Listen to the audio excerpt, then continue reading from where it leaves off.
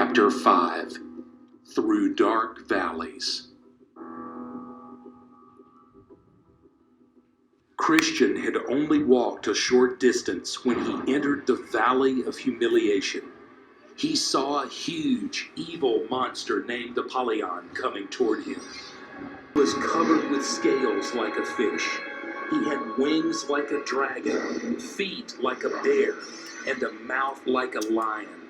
Out of his stomach poured fire and smoke.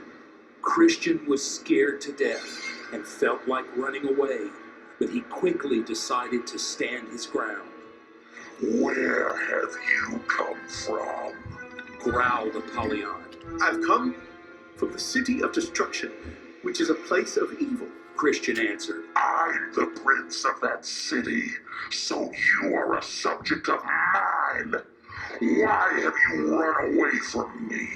Apollyon roared. "I should strike you down to the ground with one blow." "I was born in your kingdom," Christian said. "but now I serve someone else, the king over all. I've given him my faith and loyalty. How can I go back on my word?" "You've already been unfaithful to him," accused Apollyon. "You fell in the swamp of despond. You tried to get rid of your burden the wrong way. You slept and lost that document of yours. The lions almost scared you off, and you're always boasting about your journey." "You're right about all that, and even more. Yet my king is kind and has forgiven me." "Serve me instead. My pay is better." "I know what you pay, Apollyon. Christian declared. You pay the wages of sin, which is death." Then the evil monster became very angry. "I'm the enemy of this king. He said in a rage. I hate him, his laws, and his people.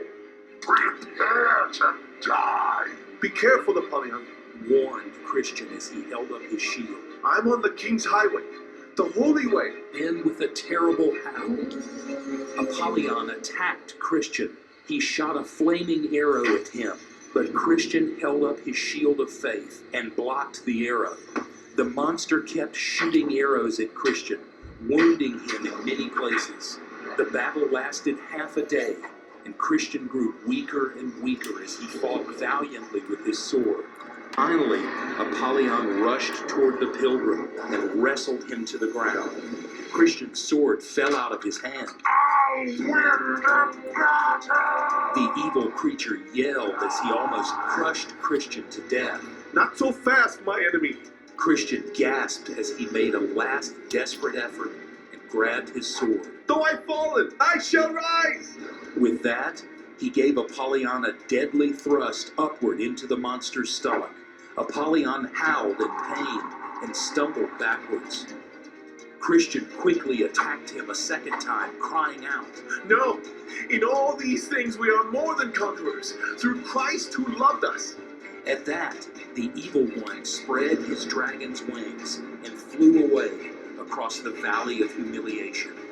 Christian didn't see him anymore in the valley. Christian wearily sat down to rest. A hand came to him with leaves from the tree of life. Christian used the leaves to cover the bleeding cuts and wounds on his body, and they were healed right away. "The king strengthened me against Apollyon and healed my wounds," Christian said thankfully. Then he took a drink and ate some bread. When he felt a little stronger, he got up. With his sword drawn, he left one valley to enter another, scarier than the one he had just left, and more lonely. As he arrived at the Valley of the Shadow of Death, two men ran toward him. "Go back, quickly!" they cried. "If you value your life for peace, come with us." "Why? Asked Christian. What's the matter?" "The valley is as dark as night. It's the most awful place. They trembled. It's full of terrible creatures, which all howl and yell in misery. It's really scary." "The narrow way to the king in the celestial city leads straight through it." Christian said, leaving the frightened men. So I must go on.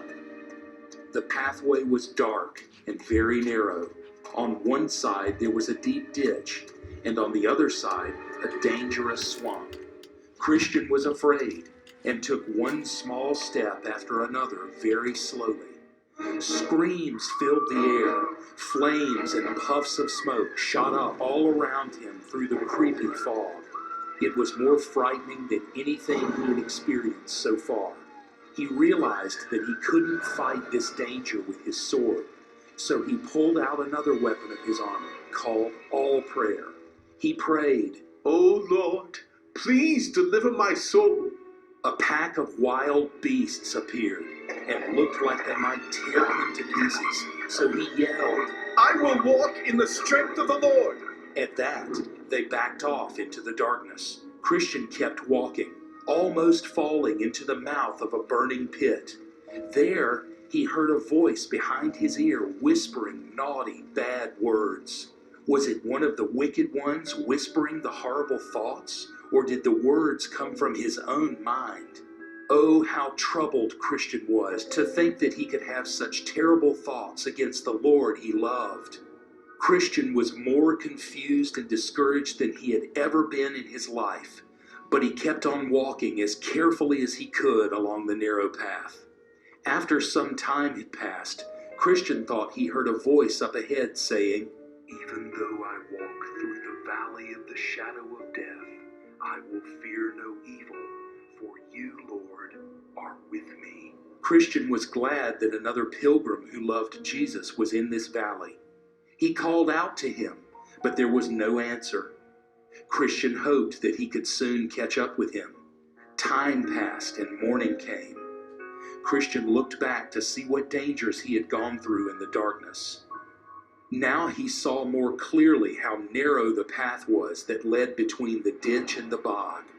He saw the fearful creatures of the burning pit. Then Christian looked ahead at the path before him. It was full of even more dangers, traps, pits, and deep holes.